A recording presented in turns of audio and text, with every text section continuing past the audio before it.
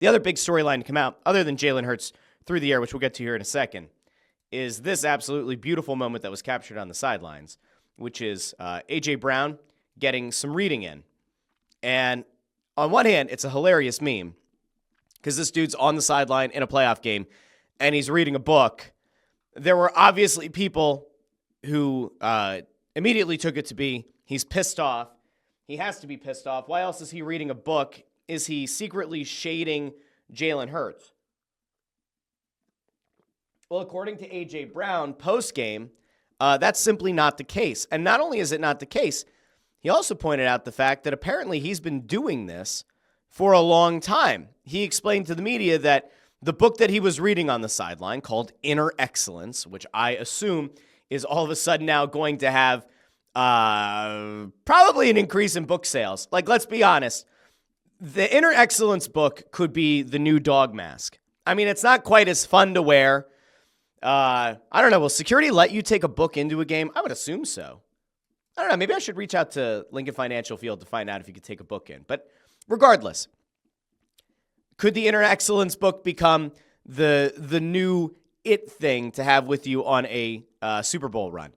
Here's the best part, okay? Zach Gelb asked A.J. Brown about if he was frustrated on the sideline when he was seen reading that book. And here's what A.J. Brown had to say.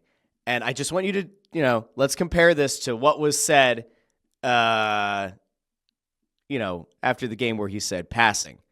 I want you to just look at the body language, look at the face, listen to the voice. Here we go. Y'all just caught me that time. I'm doing it every drive, regardless of, like I said, if I score a touchdown or drop a pass, it's somehow I refocus. Is there a certain passage that you read from? Yes, I always revert back to, like, the beginning of the book. It states, if you can just have a clear mind, and let me see, what did it say? This poor guy's got to, try to pull the exact passage, like he's reading scripture or something. But all right, we'll keep going. If you have a clear mind and remember that nothing else matters, clear mind and clear consciousness, nothing matters, negative or positive.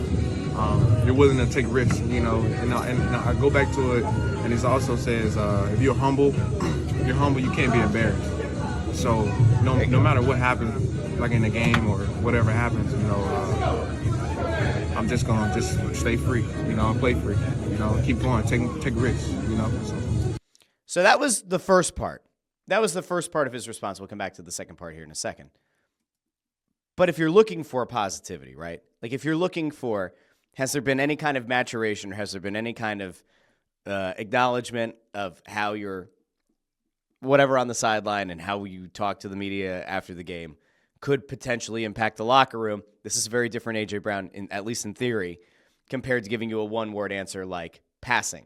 All right, we're going to go back over to this. Were you frustrated when you were reading the book? No, I was not frustrated at all. I figured that's what y'all probably thought. I wasn't frustrated.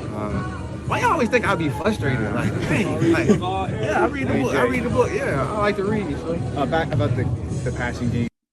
So that was the end of that one. Now, there is a longer clip somewhere, but he says to them, why do you guys always think I'm frustrated?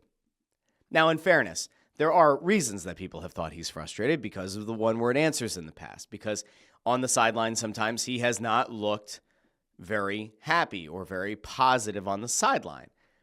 However, he was totally fine post-game. Now, he gets one catch on the day. It was not an impactful player, at least from the receiving perspective. Didn't have a lot of targets go his way either.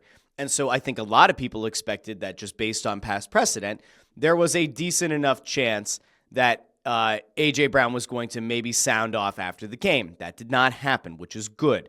Call that growth, call that development, call that whatever you want. Now, why was A.J. Brown such a minimal factor in this game? I don't know.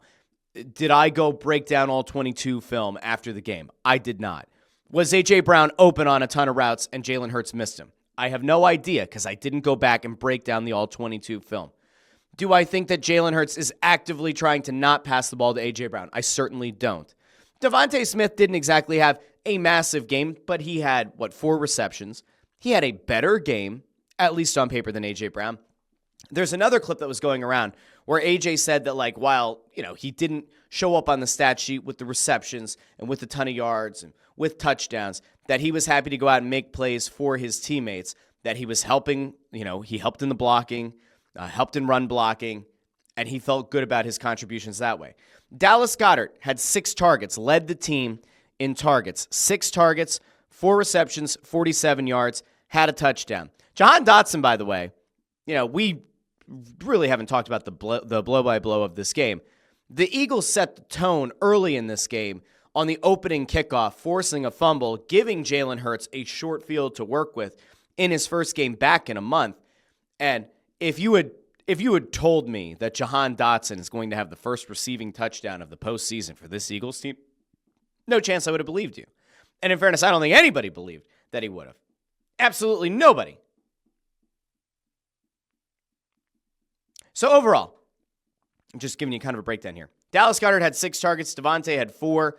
Dotson had 2 targets. A.J. Brown had 3 targets. So 1 reception for 10 yards on 3 targets. Saquon Barkley had 2 receptions on 2 targets. And Calcaterra had a nice catch on 1 target. But the passing game, if you wanted to see Jalen Hurts really air it out and you wanted to feel significantly better about where he was at in his recovery, you probably don't walk away from this game feeling incredibly confident. He goes 13 of 21 on the day, 131 yards, 2 passing touchdowns. As we mentioned, he had an early passing touchdown on a short field to Dotson after the fumble got forced on the kickoff. But like if you're looking for something to feel good about, it's Hurts didn't turn the ball over. He did use his legs a few times.